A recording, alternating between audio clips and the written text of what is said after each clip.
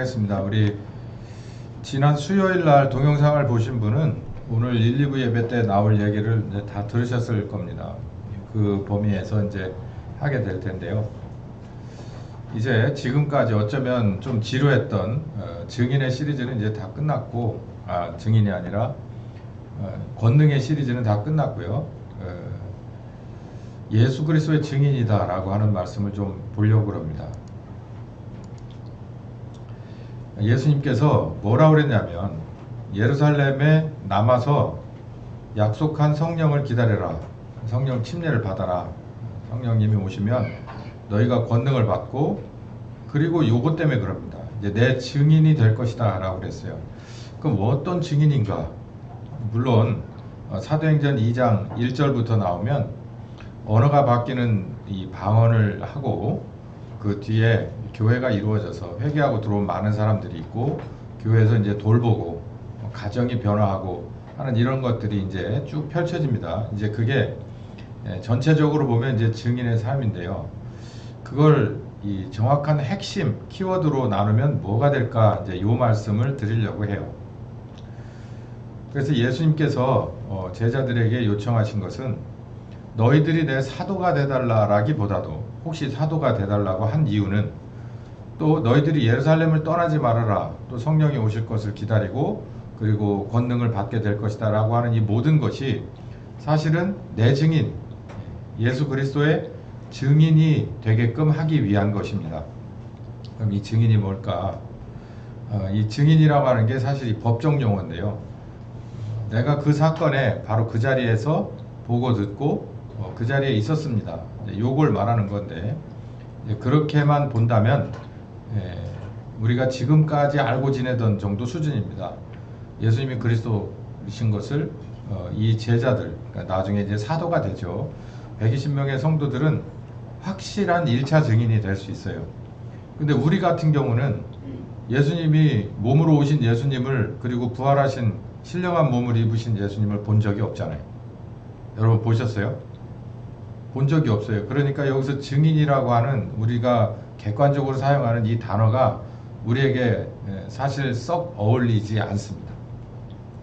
이걸 뭐 영적으로 해석해서 성령께서 오셔서 뭐 이제 이러고저러고 해서 인자가 주는 살을 먹고 피를 마시고 뭐 이제 이렇게 쭉 들어가다 보면 시간과 공간을 초월해서 지금 우리도 예수님의 증인이 맞는데, 원론적으로 이게 맞는데, 이 증인이라는 말씀을 혹시 여러분의 손에 이렇게 딱 들려드리면, 야, 이게 이런 얘기구나 라고 하는 것을 좀 알게 해서 두 가지를 목표로 하는데, 한 가지는 내가 얼마나 게으르고 나태했는가. 20년 동안 이 교회에서 증인이 되라고 하는 벽돌을 쭉 쌓았는데 내가 제대로 쌓지 못한 이런 부분이 얼마나 있는가 라고 하는 걸 반성해야 될 필요가 있고, 두 번째는 이제 내가 나가서 바로 이걸 하는 것이, 내가 바로 요거 하는 것이 바로 지금 2024년에 예수 그리스도께서 20년 동안 벼르고 벼르신, 그리고 계획하신 하나침례 교회와 나를 통한 증인되는 사명이 바로 이거구나 라고 하는 것을 한눈에 한 손에 들고 가는 거예요. 이 두 가지가 세트인데, 완벽한 것은 그래서 이걸 가르쳐 주셨고 이걸 경험하게 하셨구나. 그러니까 이제 성령께서 오셔서 내가 권능을 받게 되면, 권능이 내게 임하시면 인도하심 받아서 가면 되겠구나, 이렇게 생각하고 오히려 힘을 받을 수 있는 분도 있고, 그렇지 않고 이거 망연자실한 상황이 될 수도 있습니다. 그래도 어쩔 수가 없이 지금은 보수하는 때가 아니고 이제 실전에 들어가는 때이기 때문에 제가 여러분들에게 요 핵심 키워드를 말씀드리려고 합니다.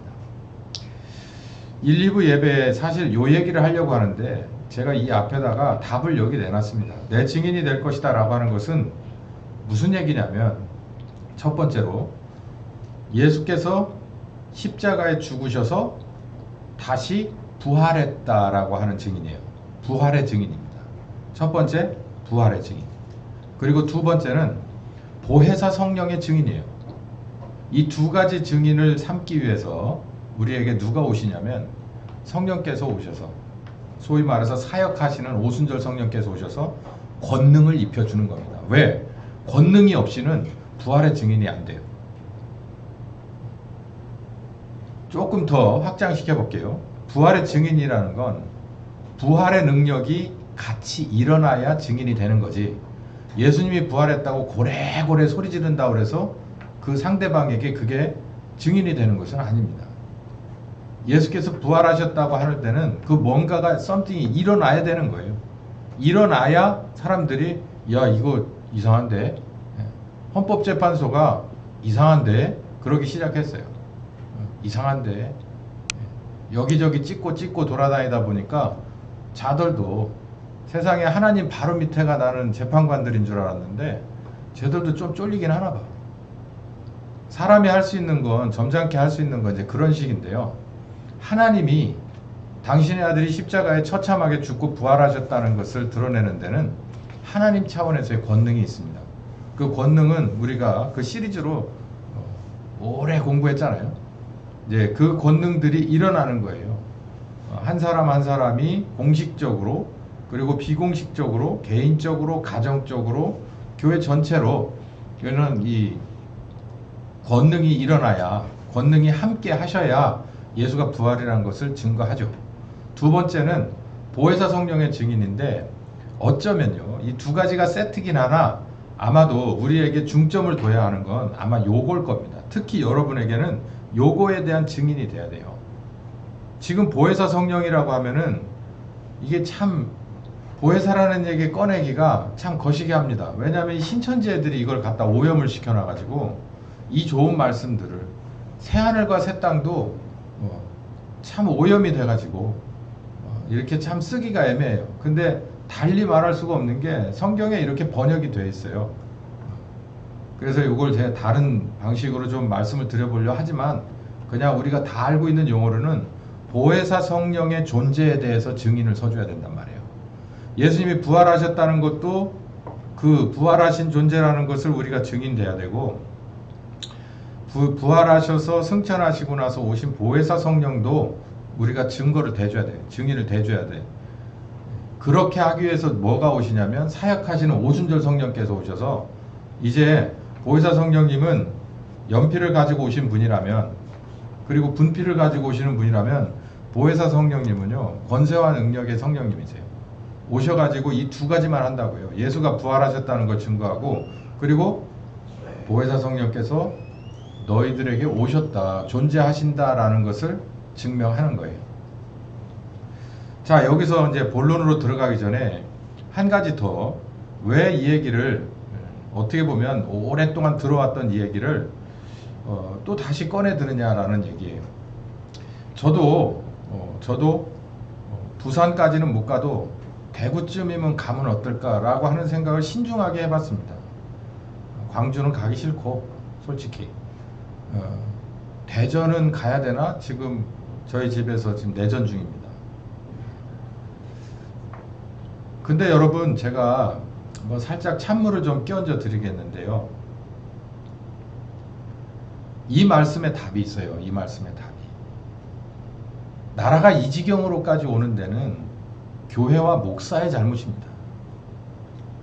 목사가 똑바로 그 사례비에 저기 하지 말고 교인들을 가려서 받고요. 내가 쫓겨나는 한이 있어도 부임했으면 교회가 한 1년 안에 반으로 4분의 1로 쪼개지더라도 할 소리를 했어야 합니다. 지금도 못하고 있어요. 지금도. 저는 개인적으로 그런 생각을 해요. 사나이는 아니어도 남자로 태어났으면, 그리고 목회자로 부르심을 받으면 그냥 사사로운 부르심이 아니라고 생각하고 신학교를 갔으면 왜 그렇게 합니까? 백은 백이고 흙은 흙이에요. 전 인간적으로도 이해가 안 됩니다. 그런 사람들. 그러니까 일하러 가자니까 내가 해본 적이 없고 땀 흘리는 건 싫고, 하여간 그런 거 아닌가. 그러니까 목구멍이 포도청인 사람들이 생각보다 교회에 많기 때문에 그런 게 아닌가, 그런 생각을 해봅니다. 여러분도 이런 거 하나 명심하셔야 돼요.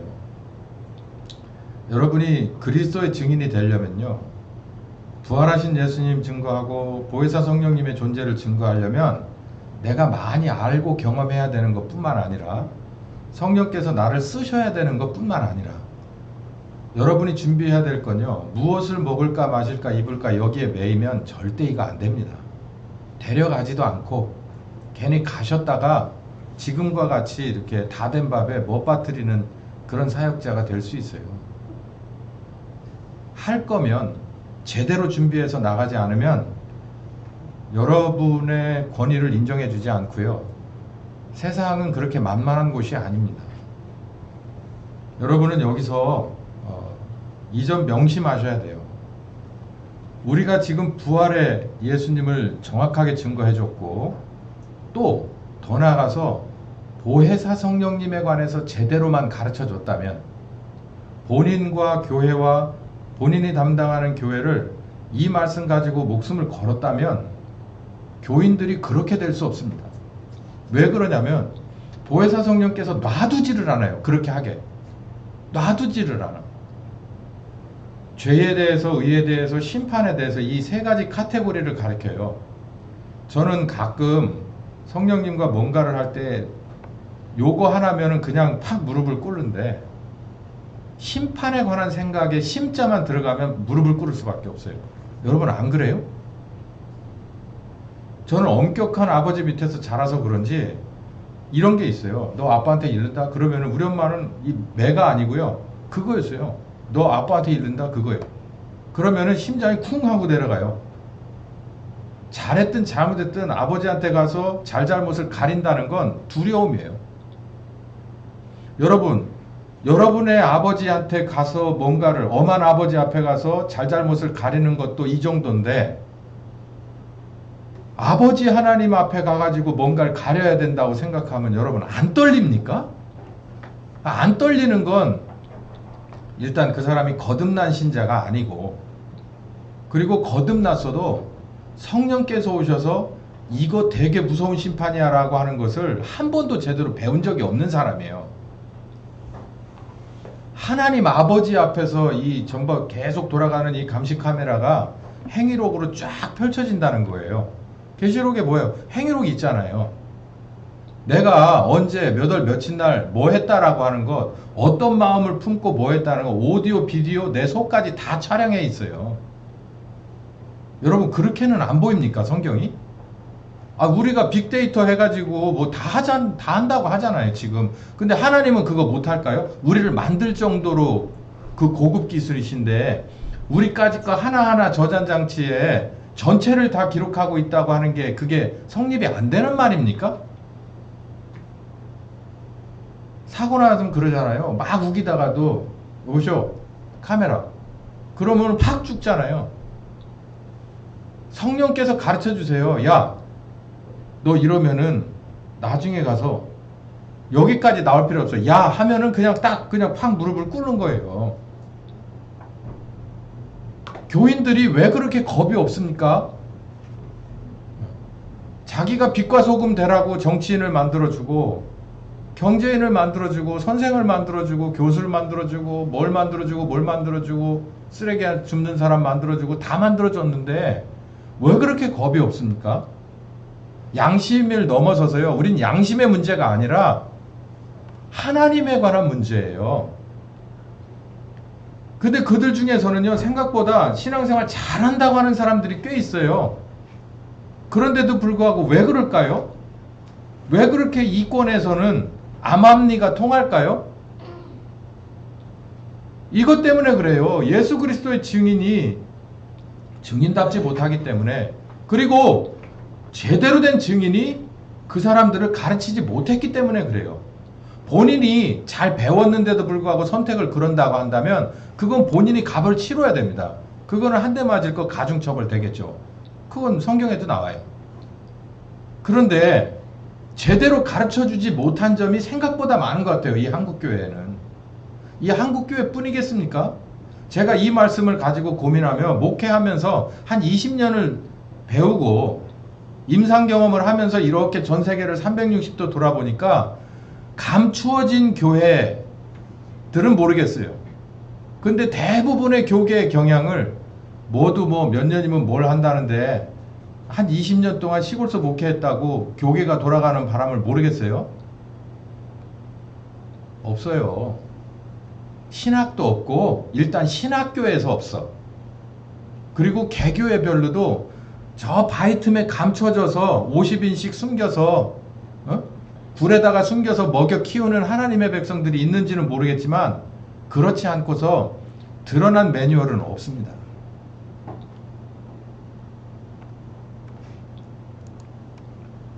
교회를 세울 때 예수님이 십자가를 지고 부활하셔서 교회를 세울 때 이런 지금 말씀드린 이런 계획을 가지고 계신 거예요. 내 증인이 되게 기다려야 돼. 그럼 내 증인이라는 것은 뭘까요? 아까 말씀드린 대로 부활하신 예수님의 증인, 그리고 보혜사 성령님의 존재에 관한 증인이에요. 자, 그러면 이제 성경 말씀을 쭉 알려드리면 여러분이 이걸 찾아서 집에 가 모자이크를 맞춰보시면 더 큰 은혜가 있습니다. 여기서 이제 성령 침례와 물 침례에 관한 얘기를 좀 해야 되는데요. 요한이 물 침례를 줬죠. 누가복음 3장에. 죄사함을 얻게끔 하기 위해서 회개하는 침례를 전파합니다. 여러분 여기서 한 가지 정확히 짚고 넘어가야 될 게 죄사함이라고 하는 것은 회개라는 것으로 완성됩니까? 아니에요. 절대 아닙니다. 왜냐하면 이 요한의 스토리를 좀 더 읽어보면 회개가 끝이 아니라는 걸 알 수 있어요. 보세요. 회개도 입으로 하는 회개가 있다고 그랬죠. 봐요. 최종적인 목적은 요한의 사역은 침례를 준 요한의 사역은 죄사함이라는 사역의 주춧돌 하나를 놓은 거예요. 뭐? 회개. 회개인데 요한이 또 뭐라고 말했냐면 나는 너희들에게 물로 침례를 줄 수밖에 없다. 나는 너희에게 물로 침례를 줄 수밖에 없지만 이 물이라고 하는 침례가 뭐냐면은 물 침례를 말하는 게 뭐냐면은 잘못한 것 여기 봐요. 모든 골짜기가 메워지고 모든 산이 낮아지고 작은 산이 굽은 것이 바르게 펴지고 이게 무슨 얘기냐면 두 벌 옷을 가지려고 하는 욕심, 두 그릇의 밥을 가지려고 하는 욕심. 그러니까 내가 살기 위해서 상대방을 죽이는. 하나님은 그럴 생각이 없는데 너는 너대로 살고 야는 야대로 살게끔 하려고 하는데 내 욕심 때문에 이걸 싹 가져가려고 하는 거예요. 이게 선악과의 기본 개념이거든요. 하나님은 너는 너대로 주어진 동산의 모든 생명나무 열매를 네가 가지라고 그랬어요. 근데 단 한 그루만 건드리지 않으면 되는 거예요. 근데 그것마저도 가지려고 하는 거예요. 이 잘못된 것. 이걸 가지고 지금 얘기를 하는데 이거 잘못됐어 라고 말을 하니까 침례를 받으러 왔어요. 맞아. 그러니까 내가 물에 들어가서 씻고 나와야지. 그러고 물 침례를 받으러 왔단 말이에요. 그러니까 자기가 마음으로 생각으로 회개를 하고 물에 들어갔어요. 그러니까 무슨 얘기를 하냐면 거기서 끝나지 말고 회개에 합당한 열매를 맺어야 돼 라고 얘기하니까 이 사람들이 도대체 회개의 세부적인 내용이 뭔데요? 라고 두 부류의 사람들이 와서 얘기했어요. 하나는 세리공무원이 왔고 하나는 군인공무원이 와서 얘기했습니다. 여기에 관한 것은 제가 설교를 근래 했으니까 더는 말하지 않고, 그래서 너는 하나님이 주신 사명을 욕심껏 네 욕심을 채우는 일에 쓰지 말고 하나님이 주신 빛과 소금의 사명을 제대로 감당해라. 그러지 못한 것을 회개했다면, 마음으로 회개했다면, 입으로 약속했다면 거기에 합당한 사람의 행동으로 바뀌어야 될 것이야 라고 얘기해요. 그러면서 구절이 아주 쐐깁니다. 도끼가 나무 뿌리에 놓였어. 이 얘기는 내가 지금 하라는 대로 제대로 안 하면 뭐라는 거예요? 확 찍어서 불에 던져버리는 심판이라는 거예요. 유죄라는 거예요. 유죄. 끝! 이게 마지막이야. 마지막. 예수님은 마지막 주자예요. 예수님이 오시기 직전에 침례 요한이 이미 다 얘기를 한 거예요. 너희 죄사함을 받으려면 마음으로 회개해야 돼. 입으로 고백해야 돼. 그게 물침례입니다. 그리고 나서 니들 그렇게 바꿔야 돼. 그렇지 않으면 무조건 심판이야. 예외가 없어. 이렇게 말해준 겁니다. 자, 이제 누구에게 넘어가느냐면 이게 예수님에게로 넘어가는데, 예수님에게 바톤이 넘어가는데 어떤 사람이 물 침례를 받은 마음으로 입으로 회개한 사람이 무엇의 숙제를 아는 채 행동의 변화라는 열매라는 숙제를 아는 채 누구에게로 넘어가요? 예수님에게로 넘어갑니다. 뭐를 얻기 위해서? 죄사함을 얻기 위해서. 그래서 다시 이제 숙제를 아는 채 뭐는 했지만 입으로 마음으로 회개는 했지만 숙제를 아는 채 넘어옵니다. 그래서 예수님께서 다시 한번 지적을 하는데요. 너희가 회개에 합당한 열매를 맺으려면 마태복음 6장 31절에서 34절에요. 먼저 그의 나라와 그의 의를 구하는 사람이 돼야지 라고 얘기합니다. 그러니까 정말 예수님이 우리에게 요구하는, 침례 요한이 요구하는 그 우리들의 범죄의 기본 원리나 여기서부터 잘못된 단추다라고 하는 거나 예수님이 가르쳐 주신 우리들의 기본적인 신자로서의 자세는 똑같아요. 너희는 그의 나라와 그의 의를 위해서 창조됐어 라는 얘기입니다.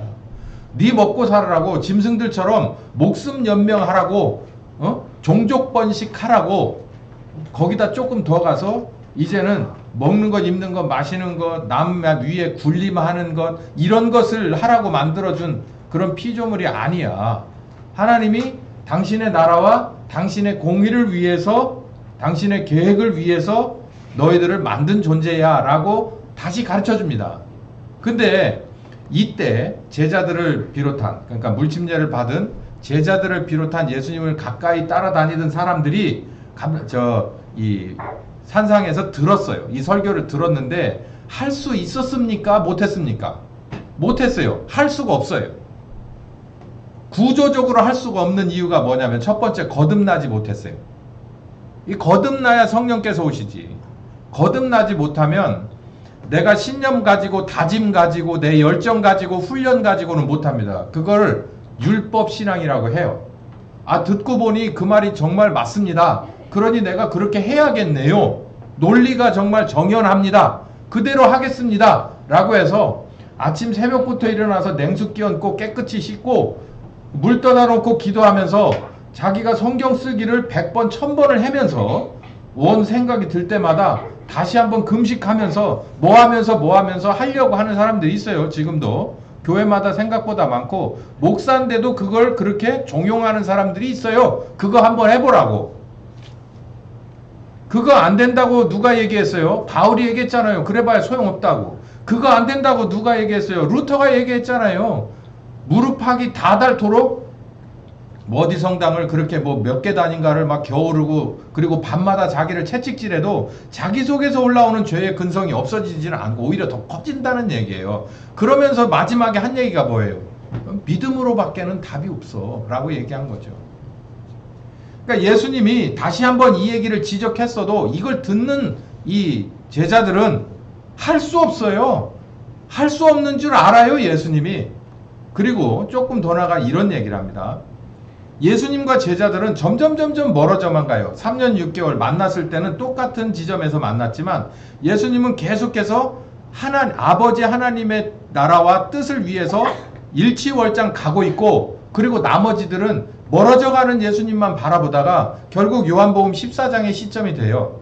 내가 이제 너희들을 아주 떠날 때가 된 것 같다. 이게 무슨 청천벽력 같은 소리? 내가 가족들을 떠나보내고 가족들을 다 뒤로 밀고 당신한테 모든 걸 걸었는데 이제 와서 뭔 소리? 에? 오병이어의 기적은 뭐고? 뭐 죽은 사람을 살리는 건 뭐고? 도대체 뭐길래 이제 와서 이런 소리? 웬 소리? 지금 여기 요한복음 14장의 시점이에요. 그러니까 예수님이 정말 마음속에 근심됐겠죠. 제자들이 근심과 예수님의 근심 전혀 다른데 이 예수님이 제자들에게 근심하지 마라 라고 도닥도닥 거리면서 나중에 무슨 얘기를 하냐면은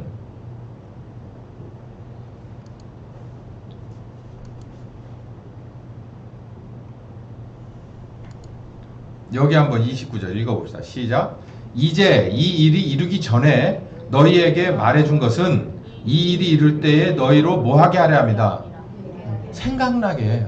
이 얘기 뭐 내가 들었었어. 이 얘기. 지금 제가 여기다가 요한복음 14장 1절부터 끝절까지를 다 발췌를 해놨어요. 그러니까 요한복음 14, 15, 16장이 다 같은 그 목적을 가지고 썼는데 거기서 14장 끄트머리 아까 우리가 읽은 29절이 중요한 게 뭐냐면 제자들은 이 얘기를 들어도 이해할 수 있었다 없었다. 이해할 수 없었어요. 도움도 안 됩니다. 그런 줄 알아요, 예수님이. 그런데도 얘기를 해줘요. 아, 나중에 가서 그 상황이 딱딱 치면 언제였을까요?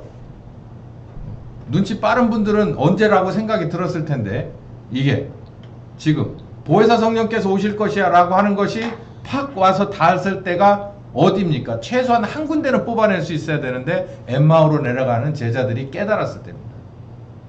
이 얘기를 들은 거예요. 들은 거가 기억나는 거예요. 아, 이런 거구나 라는 것을 아는 거죠. 예수님은 이미 죽었어요. 부활하셨지만 우리와 똑같은 3차원의 세상이 아니에요. 4차원의 세상이라 그냥 벽으로 다녀요. 길이 필요가 없고 가로막을 수가 없는 존재예요. 이 제자들이 이제 알게 되죠. 뭐를? 우리 요한복음 14장에 이 시점에서 우리는 너무 답답했고 예수님도 답답하지만 예수님이 이해할 수 없는 얘기를 해주면서 약속하셨던 그 말씀이 이런 거구나 라고 하는 것을 깨달은 거예요. 지금 제가 말씀드리고자 하는 요점이 여기 있습니다.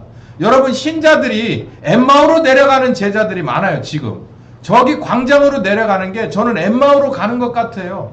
이런 것도 누가 보면 엄청 오른쪽이라고 하는 사람들이 보면 막 뭐라 하겠죠. 근데요, 여러분, 대책 있습니까? 대책 있어요? 대책?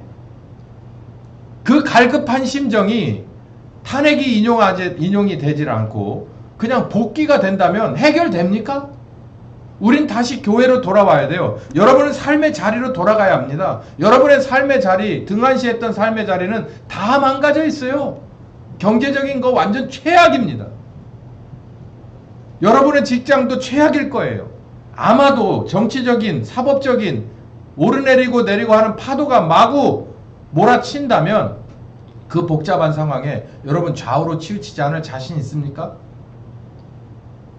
그래 말씀드리는 거예요. 역사의 수레바퀴는 예수님의 손에 달려있고 예수님을 따라가야, 예수님 편에 서야, 그분의 그늘 아래 들어가야 뭔가를 다시 출발을 해도 제대로 갈 수 있다 말입니다.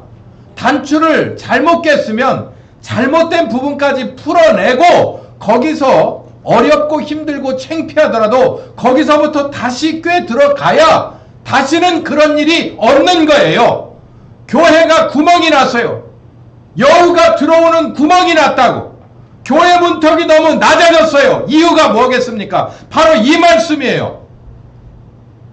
교인들이 깨닫지를 못해 무엇을? 예수님이 말씀하신 보혜사 성령을 이 제자들은 엠마오로 내려가면서 깨달았어요. 마갈 다락방에 숨어서 깨달았습니다. 이들은 디베아로 내려가서 깨달았어요. 그리고 다시 후퇴하지 않았습니다. 우리 이 대한민국의 교회, 아니 이 전 세계의 교회가 아마 이 말씀에 자유로운 교회가 얼마나 될까요? 자유로운 성도가 얼마나 될까요? 여러분, 우리는 마음을 새롭게 해야 합니다. 바로 이 보혜사 성령을 증거하는 바로 이 사명을 아주 무겁게 받아들여야 합니다. 해법은 여기 있어요. 열쇠는 여기 있습니다. 굳게 닫힌 것 같습니까? 온갖 장애물들이 결코 뚫어낼 수 없을 것 같습니까? 바로 이 말씀 안에서 뚫어질 걸 믿으시기 바랍니다. 보혜사 성령이 오실 거라고 얘기했어요. 여기 보면 제가 수요일 날 이 이론적인 건 다 설교했으니까 집에 가서 한번 보시면 되겠지만 예수님의 요점이 뭐냐면 또 다른 선생님, 다른 종류의 선생님. 다른 종류의 선생님은 어떤 종류의 선생님이냐면 여기 봐요. 예수님이 그랬어요. 내가 길이다, 진리다, 생명이다. 아버지께로 가는 길이다. 아버지의 진리다. 아버지가 주신 무궁한 생명이다. 이렇게 예수님이 말씀하셨어요. 지금 이 말씀을 하신 것은 뭘로 말씀해? 영감으로 주신 게 아니라 뭘로 주신 거예요? 말씀. 그냥 말로. 내가 곧 길이요 진리요 생명이다. 이렇게 가르쳐주는 선생님이셨다. 그런데 이제 또 다른 선생님이 올 건데 그 선생님은 어떤 선생님이냐면 여기 보혜사를 다른 말로 그냥 선생님이라고 합시다. 선생님인데 지금처럼 사람을 몸을 입고 입으로 가르치고 행동으로 본을 보여주는 그런 선생님이 아니라 영이신 선생님이 올 거다. 그러면 영이신 선생님이 오면 이게 대상자가 확 줄어듭니다. 사람 선생님은요, 그 전환길 씨 보셨어요? 전환길 씨는 뭐 좌측이든 우측이든 뭐 또 20대 30대 그분의 뭐 인강을 들은 나름대로 팬이 있잖아요. 그런 사람들한테 확 먹힙니다. 그러니까 웬만한 정치인들은 그쪽의 이념을 같이 하는 사람들만 이렇게 좁아요. 근데 전환길 씨가 확 투입되니까 어떻게 됐어요? 저기 사랑교회 전 모시기 목사가 완전히 확 죽었잖아요. 에? 완전히 요만해졌잖아. 그 양반 나타나가지고 짧게도 안 하더라고. 뭐 1시간 몇 분 막 이렇게 해. 에? 나는 12시 될까봐 조마조마해요. 지금 4분 남았어. 근데 그 양반 신경도 안 쓰더라고. 대단한 사람이에요. 그러니까 외연이 엄청나게 확장이 됐잖아요. 그래가지고 완전히 이 임계치를 넘어서 버렸어요. 헐쩍 넘어버렸어요. 이 사람 하나가. 근데 여기 보세요. 예수님이 몸을 입고 오셨어요. 오병이어의 기적이 났어요. 그 떡을 먹은 자가 몇 명이라고 그랬어요? 5,000명. 뭐 또 한 번 먹어서 3,000명. 근데 여기 보니까 예수님이 싹 떠나. 그러니까 제자들이 무서운 거예요. 그런 예수님이 그 어마어마한 지금으로 말하는 전환길 정도 되는 그런 영향력이에요. 그분이 나타나기만 하면은 막 모여. 에? 그런데 예수님이 떠난대. 그러고 나서 변명이라고 하는 게 뭐라고 그러냐면 선생님이 또 올 거야. 나 같은 선생님인데 조금 달라. 그러면서 뭐라고 그러냐면 영이래요. 영. 진리의 영. 여기서 이제 외연이 확 죽습니다. 그 예수님을 따라다니던 사람들이 예루살렘까지 따라와요. 마지막 주간에. 그래가지고 막 호산나고 외치고 막 그러다가 막 그리고 막 성전을 막 뒤집어 엎으니까 막 박수 쳐주고 뭐 예수 예수 예수 하다가 나중에 뭐가 돼요? 십자가에 죽이라고 침을 뱉어요. 지금 예수님이 그 전에 이미 이런 얘기를 합니다. 이제 영이신 선생님이 다시 온다. 육체를 입은 이 선생님 갖고는 안 돼. 그러니까 영이신 선생님이 올 거야. 근데 그 영이신 선생님의 특징이 뭐냐면 진리래요. 진리. 사람이 참 심지가 고다. 어른들이 이렇게 보고 관상만 이렇게 보고 그러잖아. 차 척 보니까 아주 심지가 곧게 생겼네. 그놈. 사람이 우리나라 말로 표현하면 진리라고 하는 말을 그냥 심지라고 할까요? 그냥 우리가 일상적으로. 아무 생각 없는 놈은 왔다 갔다 하잖아요. 이거 준다면 여기서 먹고 저기 준다면 저기 가서 먹고 오늘은 여기서 먹고 내일은 저기 가서 먹고. 근데 이게 아니다라고 하는 건 분별력이 있는 사람 심지라고 하죠. 진리의 영은 하나님의 진리, 하나님의 진리. 예수님이 몸을 입고 진리셨어요. 그런데 영이신 분이 어떤 분? 완전히 특기가 진리인 거예요. 분별력이죠. 분별력. 분별력이 필요해요. 이게 선악과인지 아닌지, 선악과처럼 만들었는데 아닌지, 아닌 것처럼 포장을 했는데 선악과인지, 예? 내가 이걸 먹으면 낚시에 걸릴지 아닐지, 내가 지금은 이게 어려워도 가면 결국은 이기는 길인지 아닌지, 이 분별력이 필요하다고요. 그 분이 영으로 오신대요. 영으로. 그러려면 요즘 학교는 어떤지 모르겠어요. 요즘은 뭐 태블릿으로 공부를 한다는 얘기가 있습니다. 저 아이패드 뭐 이런 거 가지고 애들이 학교 가면, 그러니까 노트하고 이 연필이 거의 필요 없는 세상이 돼버린 거예요. 그러면은요, 여러분, 아무리 머리 좋고 똑똑한 애들도 그렇지 못한 애들이 다 모여가지고 태블릿 가지고 선생님이 여기서 와이파이 띄워가지고 막 해요. 보이냐 얘들아?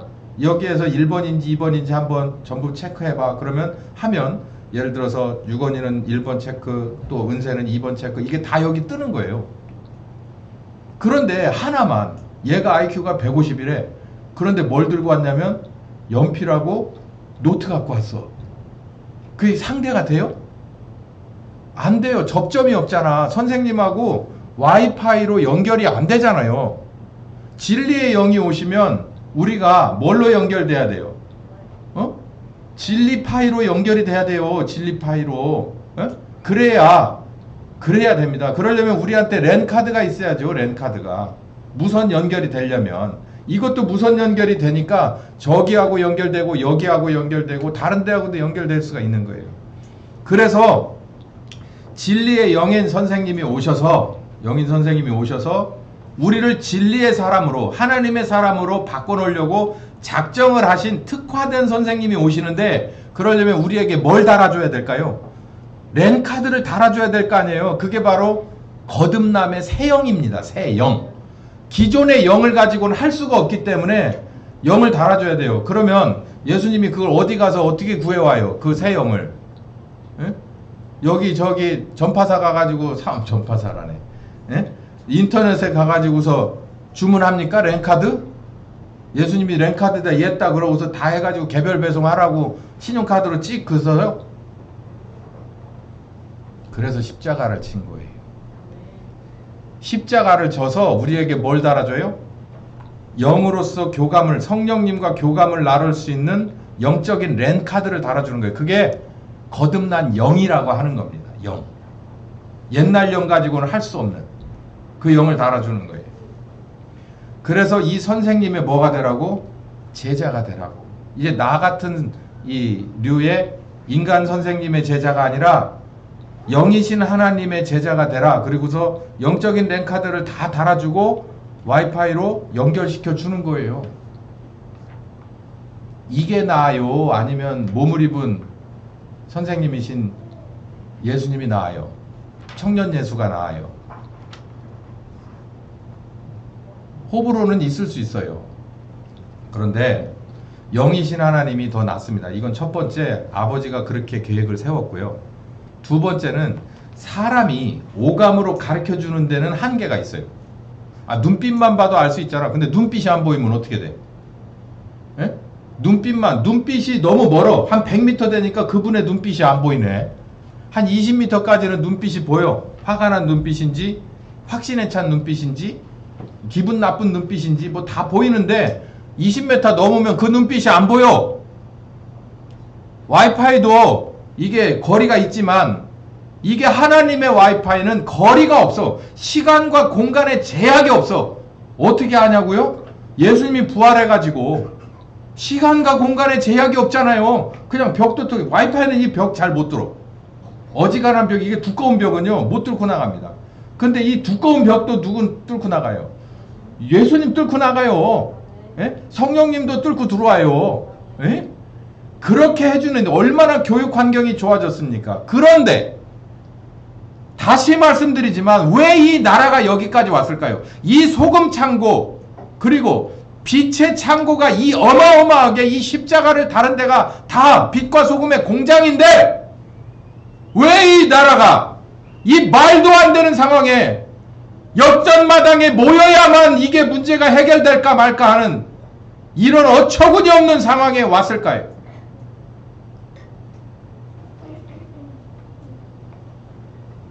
빛과 소금이 아니기 때문이에요. 빛과 소금 공장이 아니기 때문에 그렇습니다.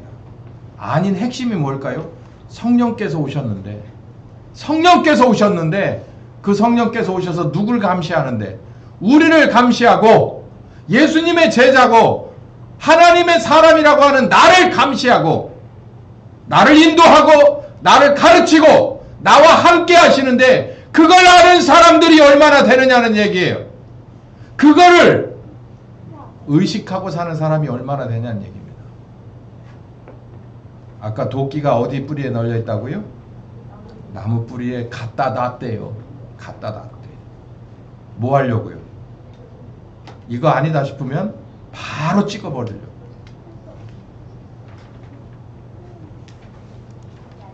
이 점 명심하시는 여러분들이 다 되시기를 예수님의 이름으로 축원합니다. 우리 시간이 좀 갔어요.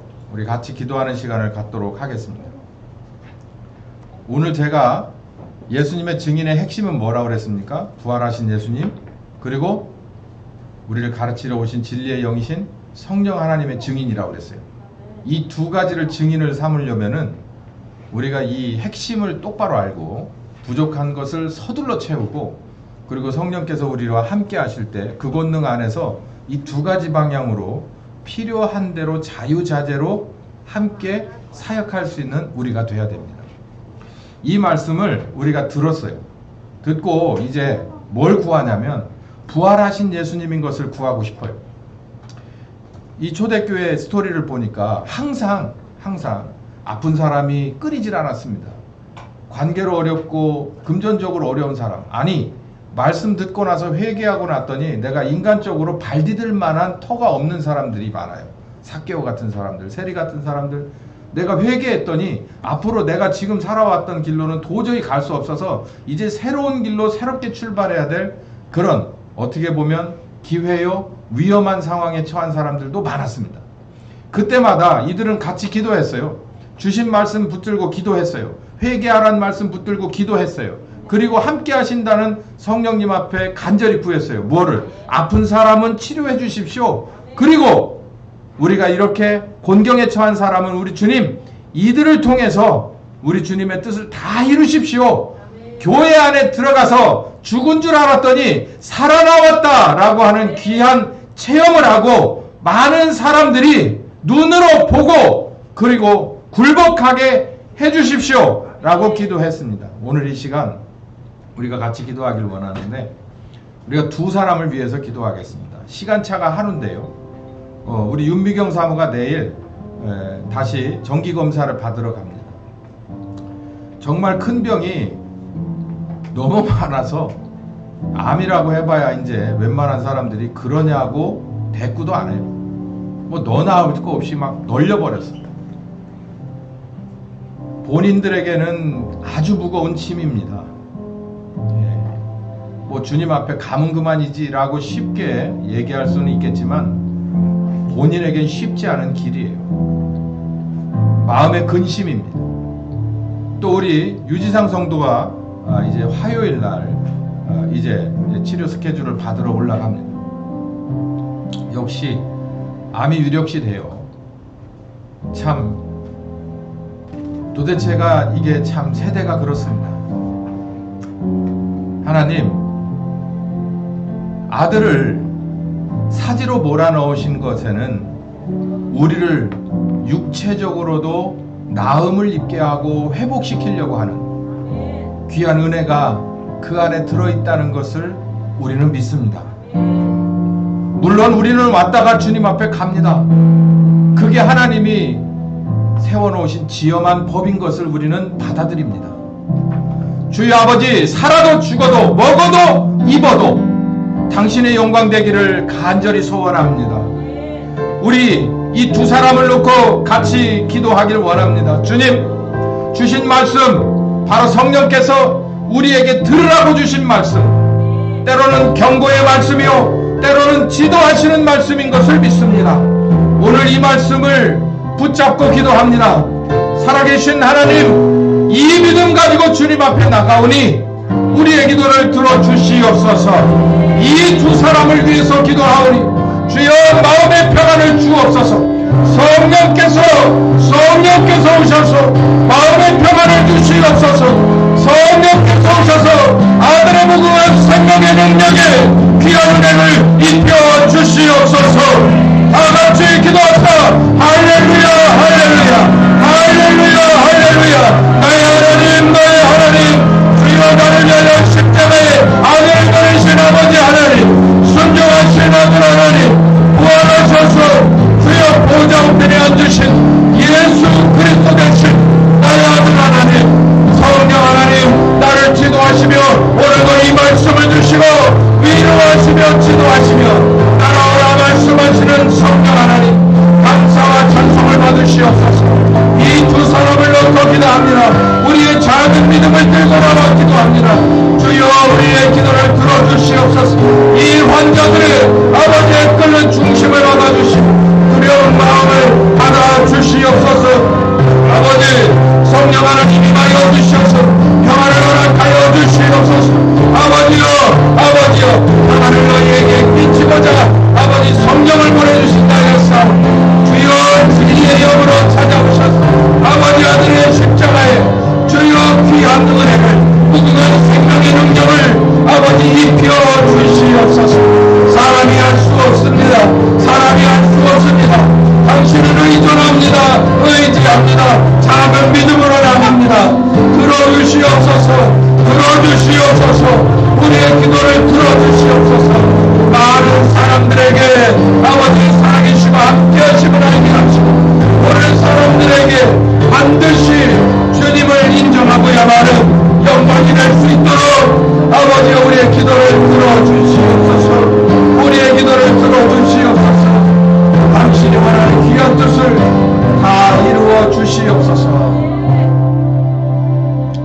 한번 나와보세요. 같이 나와보세요.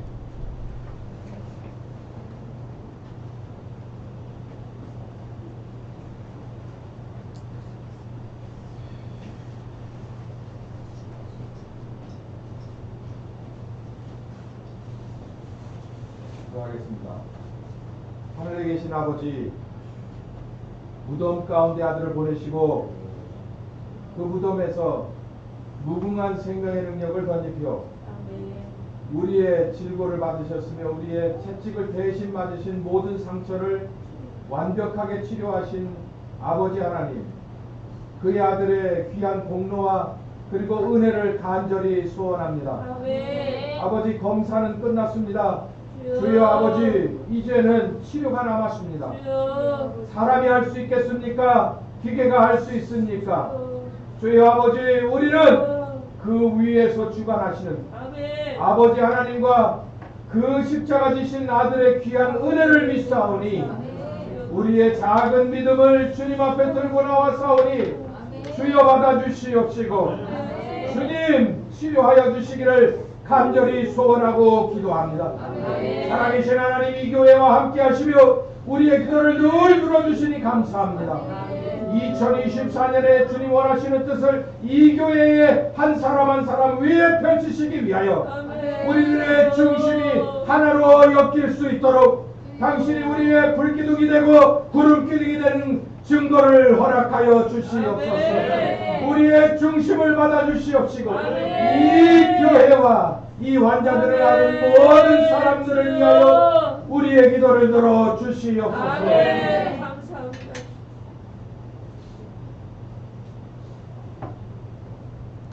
지금은 우리 주 예수 그리스도의 은혜와 아버지 하나님 극진하신 사랑하심과 성령님의 교통하시는 역사가 이제는 이 귀한 말씀 듣고 땅끝까지 가기로 작정하며 특별히 주여 아버지 이제는 치료를 받으러 주여 아버지 무겁지만 믿음 가지고 가기를 원하는 이 두 환자들에게 함께 하시기를 예수 그리스도의 이름으로 축원하옵나이다.